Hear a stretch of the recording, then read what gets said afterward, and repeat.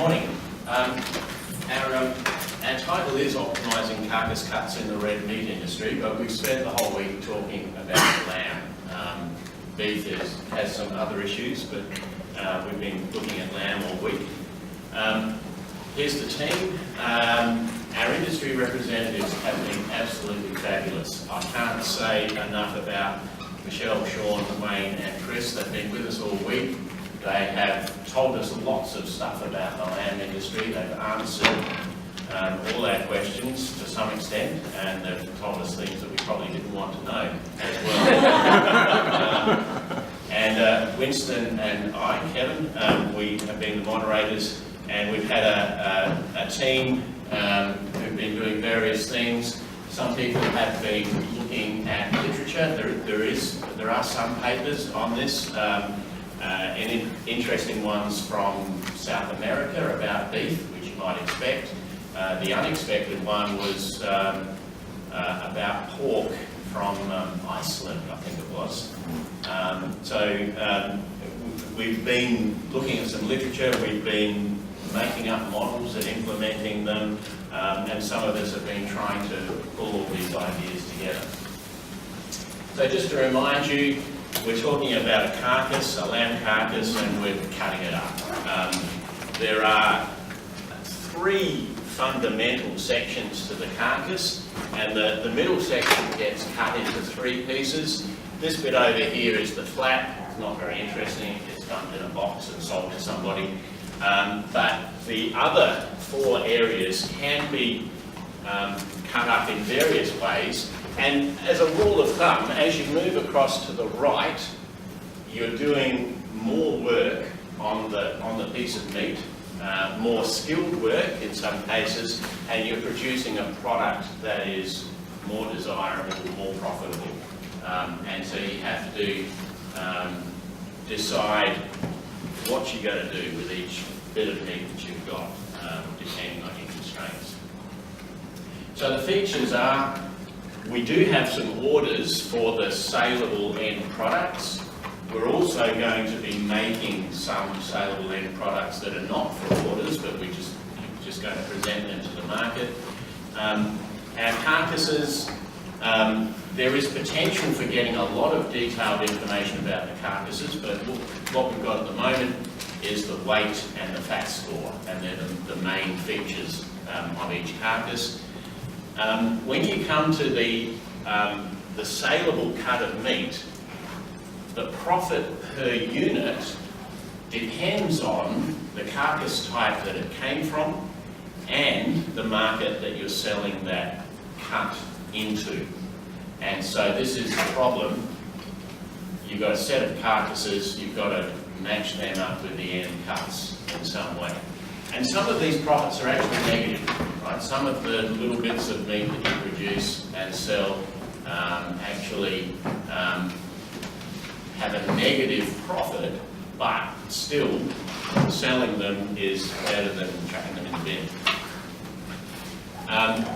Each carcass as it comes along has to be completely processed. We don't want to accumulate bits of carcasses all over the place. We want to get them down the other end to the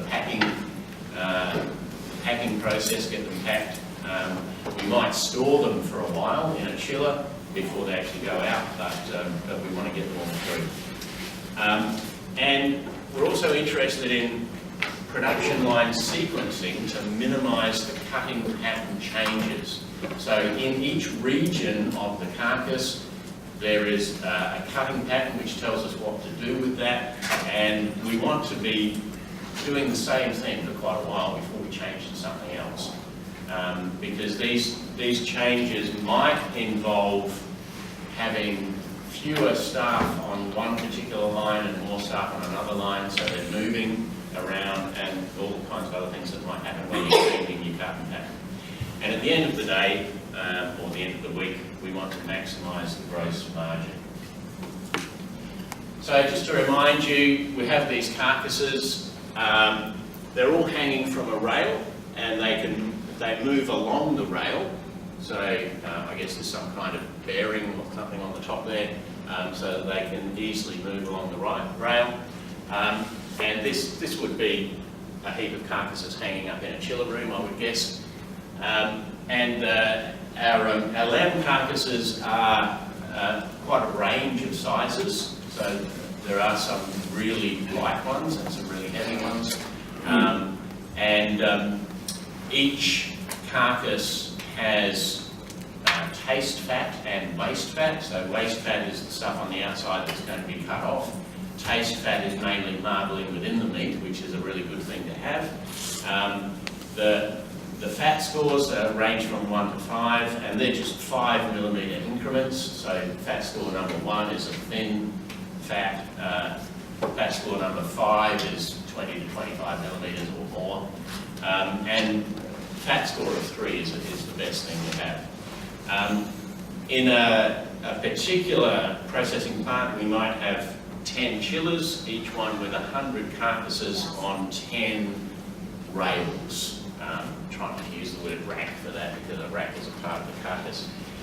So 10 rails, 100 carcasses on each rail, and that is a little bit important, as we'll see a bit later. Right, so as we said on Wednesday, we had this integer programming model where our variables, these binary variables, the x's, relate to a carcass, or a region of a carcass, right? So we're talking about cutting up the carcasses into those 5 regions, of which only 4 are really interesting. And if a region of a carcass uses a particular cutting pattern, then the binary variable is 1 and it's 0 otherwise. And then we have these other variables that help us along that we need. On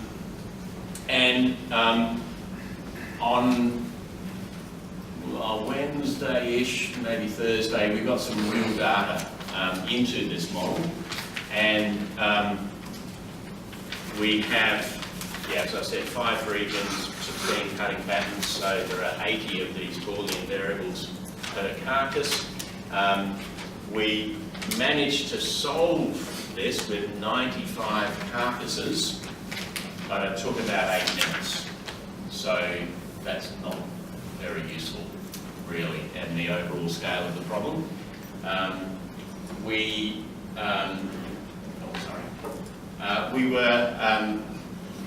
I'll get to that later. We then decided to relax the integrality, because we all know that a linear program is easier to solve than an integer linear program. So with relaxed integrality, we dealt with the 95 carcass case in 11.7 seconds. So that was much better than the 8 minutes. And we dealt with 996 carcasses, which we were thinking of as a chiller full, like about 1,000 in a chiller, in about 2 minutes. I mean, this varied depending on whose computer we were using and how much they were bragging about it. In this example, the 1,000 carcass example, we ended up with 3,278 non-zero variables x. So we're talking about those binary variables, the x's, that we wanted them to be 1 or 0, but we've relaxed the integrality. So a lot of them were 0, obviously that's going to happen. Out of those 3,278, only 5 were fractional. So that's really good. I mean, 3,273 were 1s, 5 were 0.5s. And if you think about it, it's pretty obvious why you would only get 0.5s. You're not going to get 1/3 or 2/3. It's because a carcass has 2 sides to it. So 2 legs, 2 4/4, 2 racks, whatever.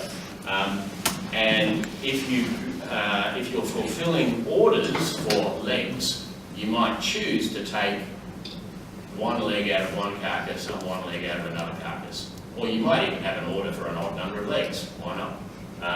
And that's why you'd get some variables like this. We were using MATLAB to massage the data. It came in spreadsheets, we had to massage it. Then we used MISG, which is a freely available interface, and the coin OR solver.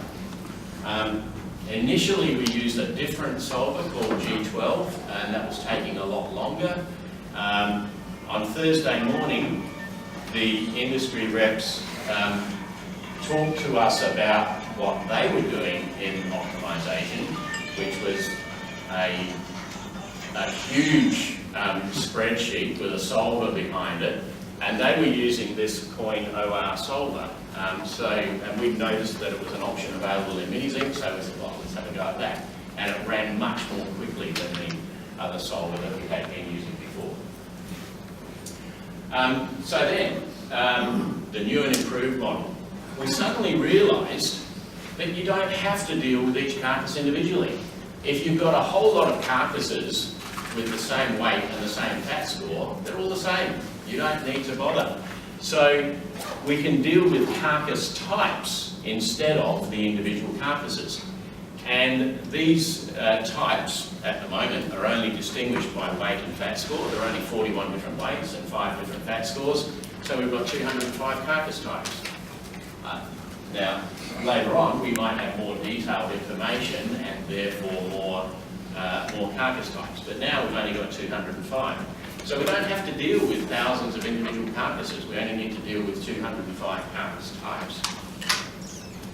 So in the new model, we didn't have enough imagination to use have a different name, so we're still using X. But now X is the number of carcasses of type I using cutting pattern P for region R. And we've got this new constraint that says if you add that up over R and P, then you've got an up or down on the number of carcasses of that type that you've got. And all the other constraints in the model are pretty much the same. In fact, Amy's saying exactly the same. Right. So now, with the 205 carcass types, we just threw in 3,500 carcasses, and the relaxed model runs in quite a reasonable amount of time. We did have the time written down somewhere, but somebody rubbed it off. From memory, it was under 60 seconds. And for that case, 9 variables had fractional values, and they were all 0.5. Again, we've been really kind of wild. But the important thing here is that the number of carcasses is not really important, right? It's the 205 carcass types. So we could scale this out to 10,000, tens of thousands of carcasses probably, and still solve it in a reasonable time. We solved the relaxed model first because we were feeling very relaxed by then. But we then went back to an integer version of this model, and with the 3,500 carcasses and the 205 carcass types, and it didn't work. It just ended with some error that we didn't understand. Possibly there are just too many integer variables in there for the software we're using, or the hardware, or both. We're not sure. And at this point we've got possibly a quotable. 0 means it's not fractional, and 0.5 means it is fractional. That was an explanation to somebody who was wondering, and it seemed a little bit funny at the time. Oops, I skipped this slide there. Okay, so now we think we know what to do with each carcass. Now we're interested in grouping the carcasses so that we've got runs of carcasses using the same cutting pattern, and so that there's continuity in the boning room. There is some limited opportunity to sort the carcasses as they're coming in. They're coming in from the slaughter floor, and you recall that these carcasses were hung on a rail, and the chiller looks not like this, but something like this. The chiller has all these rails in parallel, and it's like a railway marshalling car. You can decide which one of these rails to put your carcass on as they come in. So a carcass could be put onto that first rail, and then the next carcass that comes in could be put on a different rail. So there is this opportunity to sort the carcasses. Then Remember, we had 10 rails with about 100 carcasses on each one, and they're going to sit in the chill room and chill out for a while, and then we'll take them out the other end into the boning room. At this stage, very often you're going to take a lot or everything off a rail. You're not going to chop and change between rails because there just isn't really time to do that when you're getting these carcasses into the boning room at about 6 per minute. You guys get one. Okay. So it's desirable to have runs of carcasses with the same cutting pattern for each region of the carcass. So you want to have somebody working at a bench doing the same thing for a couple of hours probably, or at least an hour. So we were feeling so good about our linear programming models yesterday that we decided to try to formulate a model for grouping these carcasses with the same super pattern, and then sequencing those groups to minimise the total costs for changing patterns. Now, when we talk about a super pattern, we're now talking about the whole carcass. So previously we're talking about regions of a carcass, a cutting pattern for each one. Now we're talking about the whole carcass at once. What is the whole description of what we're going to do with that carcass? Because a change in any region is a change. The details, it's just to show that we know what the details are. We're using P again now for a super pattern. K is the position in the sequence, and we're talking about a group of carcasses, some number of carcasses of a particular super pattern in a sequence position. So we've got these 0, 1 variables that tell us what position in the sequence the group is, and then we've got these variables that tell us how many carcasses are in that group. And then we've got a 0, 1, an integer variable that tells you the number of times that you change from pattern P to pattern P dash. And there is a known cost associated with changing from pattern P to pattern P dash, and then you want to minimise that total cost. Right. Then, in the boning room, we need to worry about having enough labour available to actually do all of this cutting. Sometimes workers call in sick, so they're just not going to be there, and you have very little notice. You have to work out what to do. There are various different skill levels. Some jobs take greater skill, some jobs take greater strength, some jobs just take more time than others. We do have some data on how many boners of a particular skill level you need to process carcasses in a particular way. We just didn't have time to look at that a lot. Roughly, one of the approaches is, here we've got our 5 regions that we're planning to cut them up in various ways. Let's focus on the short loin.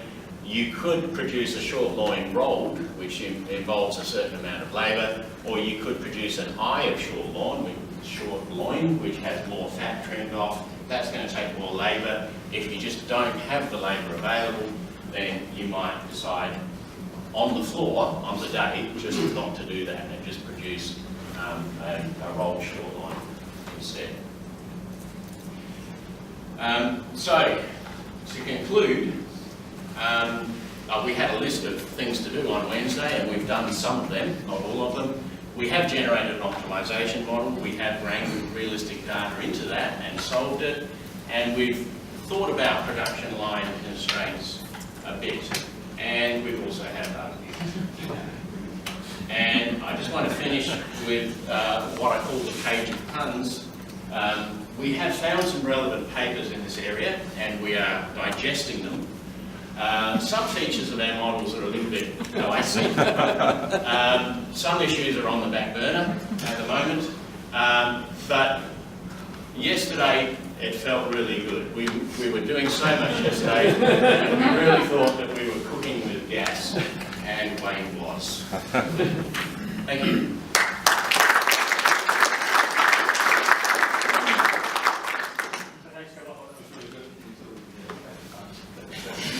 Right, any questions or comments? So with the integers that turned out not to be integers, how would you deal with them in practice? So if you get a half, because what I'm wondering is if you manage to cut back loads of time by relaxing the integrality constraint, but then you have to spend a little bit of extra time when someone looks and says, okay, hold on a second, we've got 9 halves to deal with. And then that takes an extra bit of decision time, then is it actually worth it? Oh, it definitely is. I mean, there are various sophisticated things that you can do with fractional solutions, but in this case, there are so few of them, and they're predictably going to be 0.5s, that we would just 10 cents. So, not a big deal. If we had thousands of fractional variables, it would be a worry. But with a small number, it's, and the time you save by solving a linear program instead of an integer one is just huge, especially when you really scale it up. Sorry, this also goes with the fractional answers. Did the super patterns, when you added them, did that help or hinder with the number of the fractions that you have? Well, we didn't implement super patterns in that model, right? The super pattern comes in in the next stage of the process when we already know what we're doing with the carcasses, and then we just want to put them in some sensible order. Oh, okay. Yeah. So it's not. And we thought it would be a bit much to code 2 MITs in 1 week. So Yeah. we'll leave ourselves something for next time. Even solving one was too much. How often are these optimization problems run, and why does it matter that it takes 10 seconds instead of an hour? Well, we're thinking of once a day or even once a shift, which would be twice a day, because you don't have all this information about your carcasses until you've got them, right? So until you've killed them and gutted them and skinned them and you've got their hot standard carcass weight. And that's when you've got full information. If you had a reasonably sort of uniform supply of sheep, then you could say, oh, I'm going to have the same stuff for a week. Let's just solve it once and we'll do the same thing every day. Or we could do some more planning for future orders and all kinds of things like that. But we're thinking of a sort of a daily time scale. There's a small caveat here, which is we didn't consider all realistic cutting patterns, actually. We only considered 16, so we don't know how much that number's going to blow up as well. Right. Yeah, so in the real world there could be a lot of cutting patterns, but we sort of have a simplified version. Any more? No? Thank you, Kevin.